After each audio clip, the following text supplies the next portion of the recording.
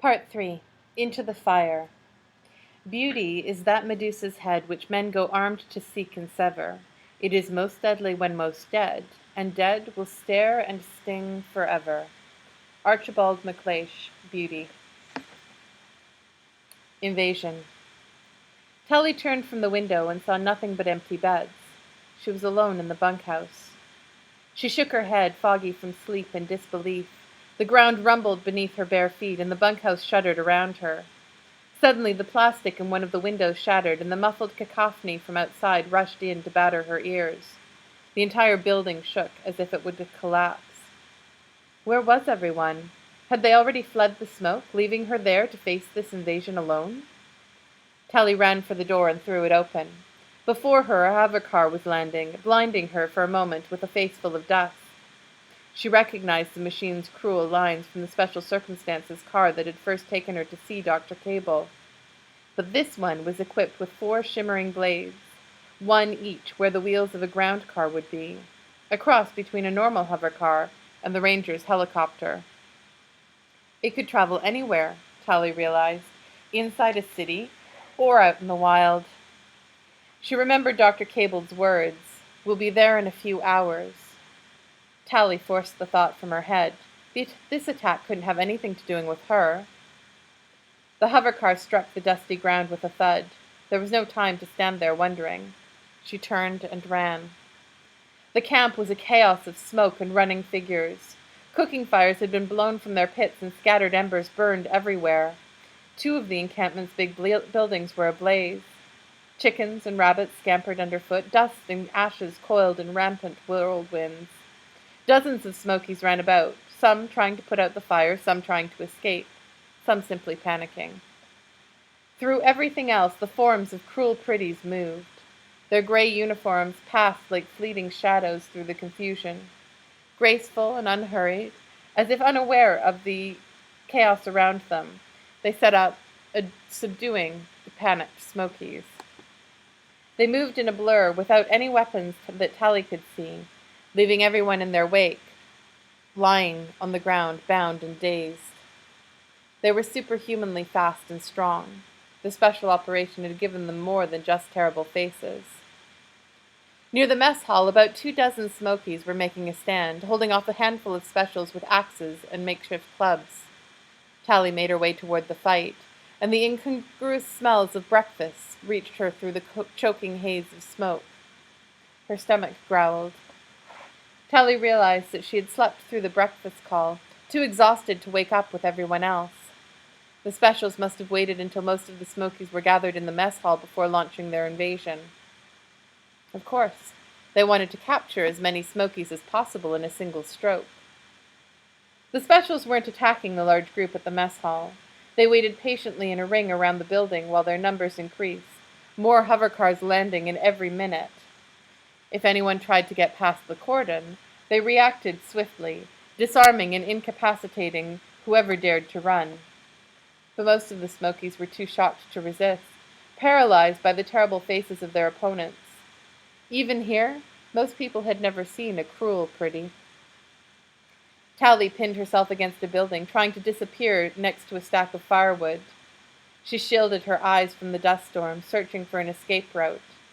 There was no way to get into the center of the smoke, where her hoverboard lay on the broad roof of the trading post, charging in the sun.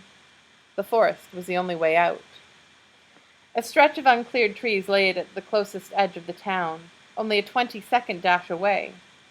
But a special stood between her and the border of dense trees and brush, waiting to intercept any stray Smokies. The woman's eyes scanned the approach to the forest, her head moving from side to side in a weirdly regular motion, like someone watching a slow-motion tennis match without much interest. Tully crept closer, staying pressed against the building. A hovercar passed overhead, blowing a maelstrom of dust and loose wood chips into her eyes. When she could see again, Tully found an aging Ugly crouching next to her, against the wall. "Hey!" he hissed. She recognized the sagging features, the bitter expression. It was the boss. "Young lady, we have a problem." His harsh voice cut through the cacophony of the attack. She glanced in the direction of the waiting special. Yeah, I know. Another hover car roared over them, and he pulled her around the corner of the building and down behind a drum that collected rainwater from the gutters. You noticed her too. He grinned, showing a missing tooth. Maybe if we both run at once, one of us might make it. If the other puts up a fight. Tally swallowed. I guess. She peered out at the special, who stood as calmly as a crumbly waiting for a pleasure ferry. But they're pretty fast. That depends. He dropped the duffel bag from his shoulder. There are two things I keep ready for emergencies. The boss unzipped the bag and pulled out a plastic container big enough for a sandwich. This is one. He popped open one corner of the top and a puff of dust rose up.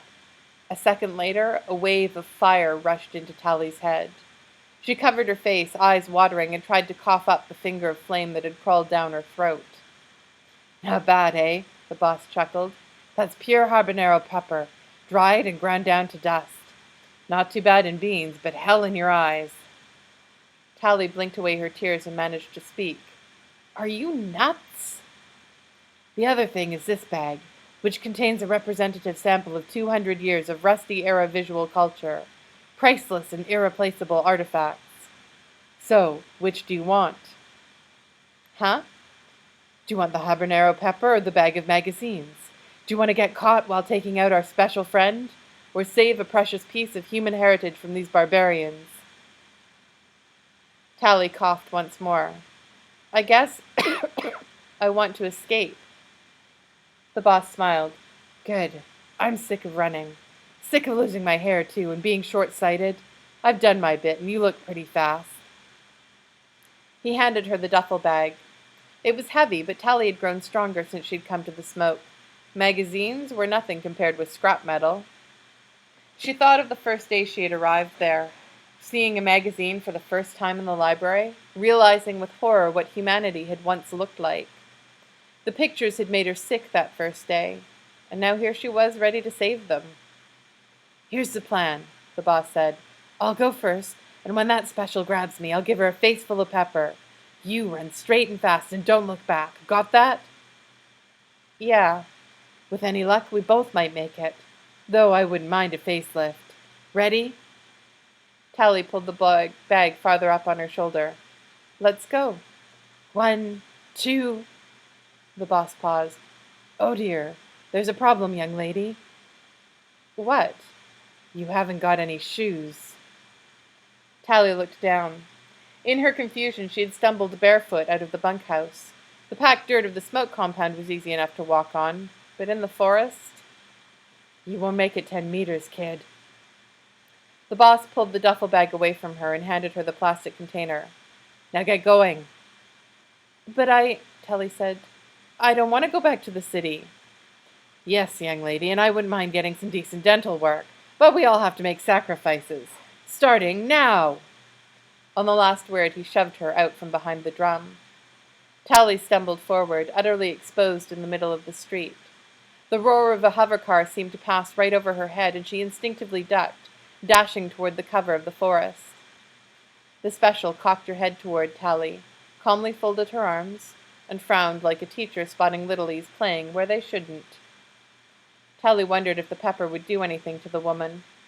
If it affected the special like it had Tally, she might still make it into the forest, even if she was supposed to be the bait, even if she had no shoes, even if it turned out David had already been caught and she'd never see him again.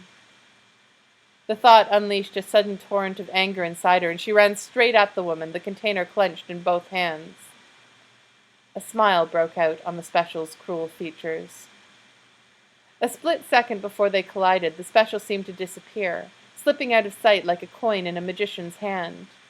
In her next stride, Tally felt something hard connect with her shin, and pain shot up her leg. Her body tumbled forward, hands reaching out to break her fall, the container slipping from her grasp. She hit the ground hard, skidding on her palms.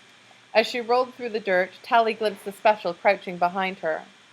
The woman had simply ducked, invisibly fast, and Tally had tripped over her like some awkward littlie in a brawl. Shaking her head and spitting the dirt out of her mouth, Tally spotted the container just out of reach.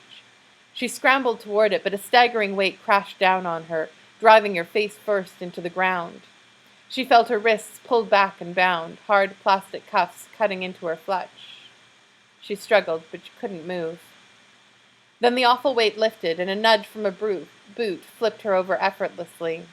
The special stood over her, smiling coldly, holding the container.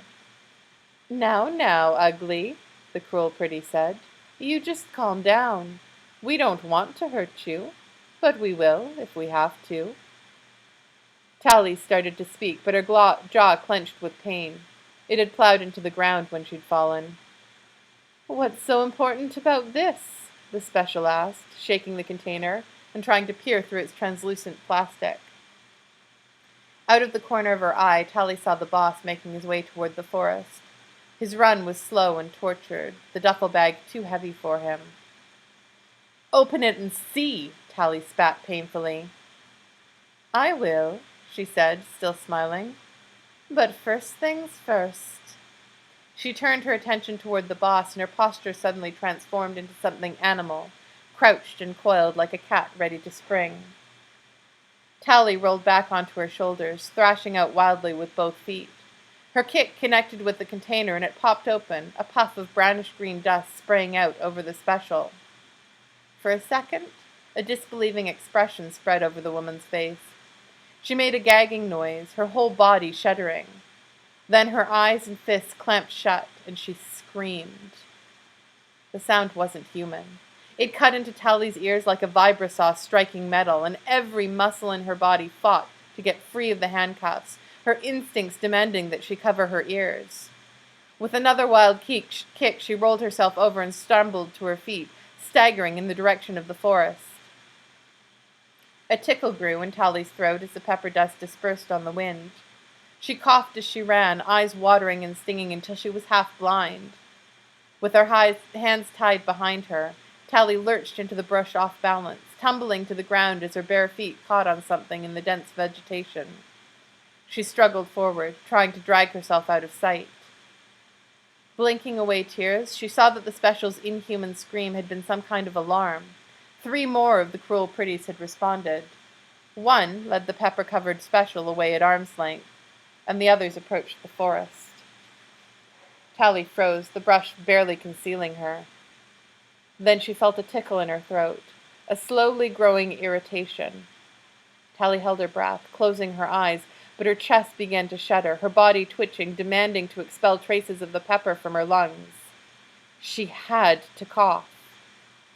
Tally swallowed again and again, hoping spit could put out the fire in her throat. Her lungs demanded oxygen, but she didn't dare breathe. One of the specials was only a stone's throw away, scanning the forest with slow back-and-forth sweeps of his head, his eyes searching the dense trees relentlessly.